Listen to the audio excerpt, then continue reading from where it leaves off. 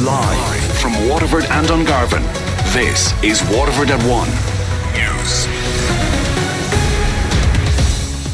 Good afternoon, I'm Eimear McKeown. Today's top stories. Gardaí in Tramore are investigating a number of suspicious approaches in the town. Navy divers have recovered the body of Wexford fisherman Whelan. The cost of the Children's Hospital could exceed €2 billion, making it one of the most expensive buildings in the world. And in sport, 5 players are to make their debut for the Waterford footballers in tomorrow's league opener against Limerick. A Sinn Féin councillor in County Waterford is urging people to be vigilant if they're out walking and report anything concerning. It's after a series of suspicious approaches in the Tramore area in recent weeks. Several of the incidents involved a silver or grey coloured car. Jim Griffin says the most worrying incident happened yesterday. We had a group of 60 school kids down around the boating lake of Tramore, and a male adult left a silver grey coloured car and approached several of the kids and suggested more inappropriate behaviour, leading to, I suppose, a more damaging and alarming incident. It was reported to the Gardaí whilst the school had several teachers and upwards of 10 adults watching over the children. This person didn't seem deterred by that at all. Navy divers have recovered the body of Wexford fisherman Whelan from the wreckage of his boat. His remains were located in the vessel off Hookhead by local divers on Wednesday. After a number of dives yesterday and today, members of the Naval Diving Unit successfully recovered his body. The Elise sank on the night of January 4th. Joe Sinnott, another fisherman who was on board with Whelan, was taken from the sea by crew of the R117 and pronounced dead in hospital. Fianna Fáil has launched its election manifesto, promising not to spend the projected €11 billion available over the next 5 years. The party has committed to a 4:1 ratio of spending increases versus tax cuts. Housing promises include an SSIA savings scheme, a large affordable rental housing scheme, and retaining the Help to Buy scheme. Fianna Fáil is also promising childcare subsidies and a new rural crime bureau. Party leader Micheál Martin criticised the government while launching his own plans. Its failure to understand the depth of the problems they have presided over is unchanged, and its addiction to putting politics before people is as strong as ever. The contrast between us is very clear. Fianna Fáil's is a positive agenda for change, an agenda for a new government which understands how Ireland is failing too many of its citizens. David Cullinan is hoping people will go out and vote in next month's general election. The Sinn Féin TD, who was first elected to the Dáil in 2016, is hoping to keep his seat in Waterford. He's the party spokesperson on communications, environment and climate action, and is also a member of the Dáil's Public Accounts Committee. WLR's Liz Reddy joined him on the campaign trail in Passage East. If people are telling the truth, David Cullinan will have a very good showing in Passage East in this general election. He was recognised instantly by everyone who answered the door and received a very warm reception. The demise of the village was a concern for this man. The issues in Passage is there's about 2 children in this village going to school in Crook. There's no young people here, can't get a house, I suppose, I have a daughter living over on the other side, she's renting, and my son is just 3 doors away and he's renting. But everything in these villages like Passage, fishing would have been thriving, that's gone. Maybe less so Passage, but if you even take Dunmore, Bunman, all those villages, they had health facilities closed, they had post offices, Garda stations. If you take that out, the lifeblood of these villages When I got gone. married first and the children were growing up, there was 4 shops and 3 pubs. Yeah. So in 40 years it's gone to nothing. They're all holiday homes. That woman is living in America. The other people are living in Liverpool. The other man is living up in Shannon. The other woman is living in Germany. This man says health care and pension entitlements are important to him. Oh, well, so who's going to listen to an old age pensioner?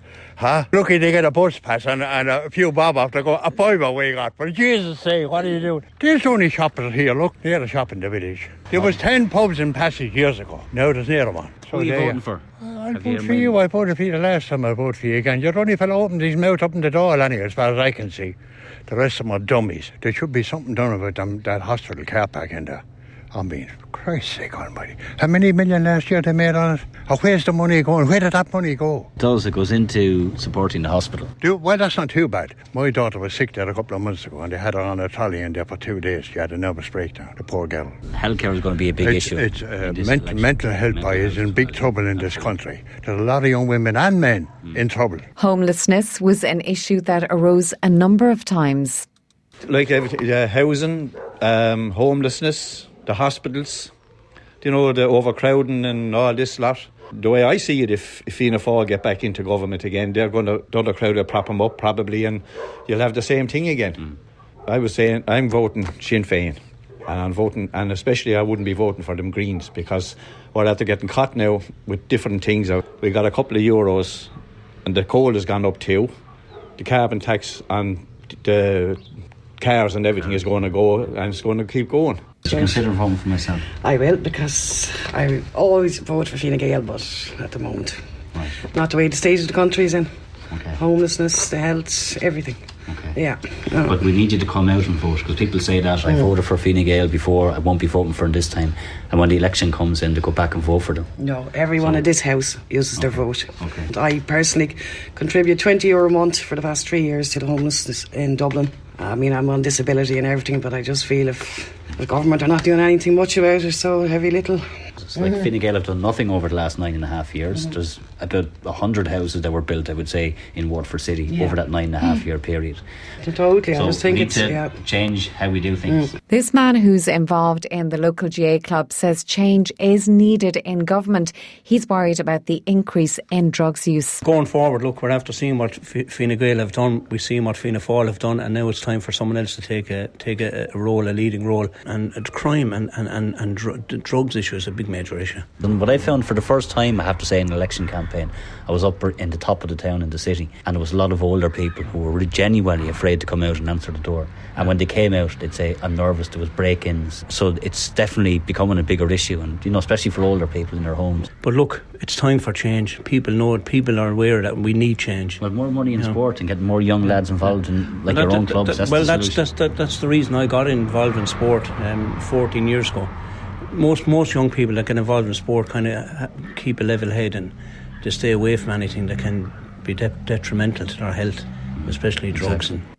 The cost of the Children's Hospital could exceed €2 billion, making it one of the most expensive buildings in the world. The board overseeing the project has told officials that its contingency fund is now insufficient to deal with the exceptional level of claims for additional costs by contractors. The Taoiseach Leo Varadkar says he doesn't believe the cost of the hospital will reach that high. The situation is with the National Children's Hospital is that the contractors are putting in for claims, but the board is pushing back against that, and so far only 1 million in additional claims has been agreed to. WLR Sport. Very good afternoon, I'm Gavin, Whelan. Starting with Gaelic Games, Paddy Hunt, Darragh O'Cosig, Robbie Flynn, Dara Corcoran and Dermot Ryan will all make their league debuts for the Waterford footballers against Limerick tomorrow night. County champions Rathcormac have 7 players on the starting 15 as Benji Whelan's side set out on another Division 4 campaign.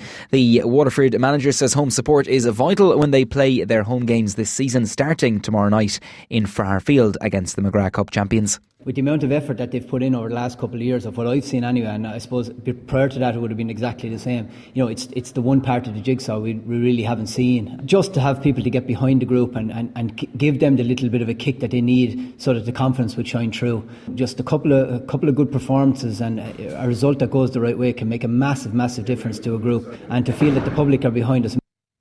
Thrown in Fairfield is at 7. We'll have updates here on WLR. The Waterford Hurlers commence their Alliance Hurling League campaign on Sunday afternoon.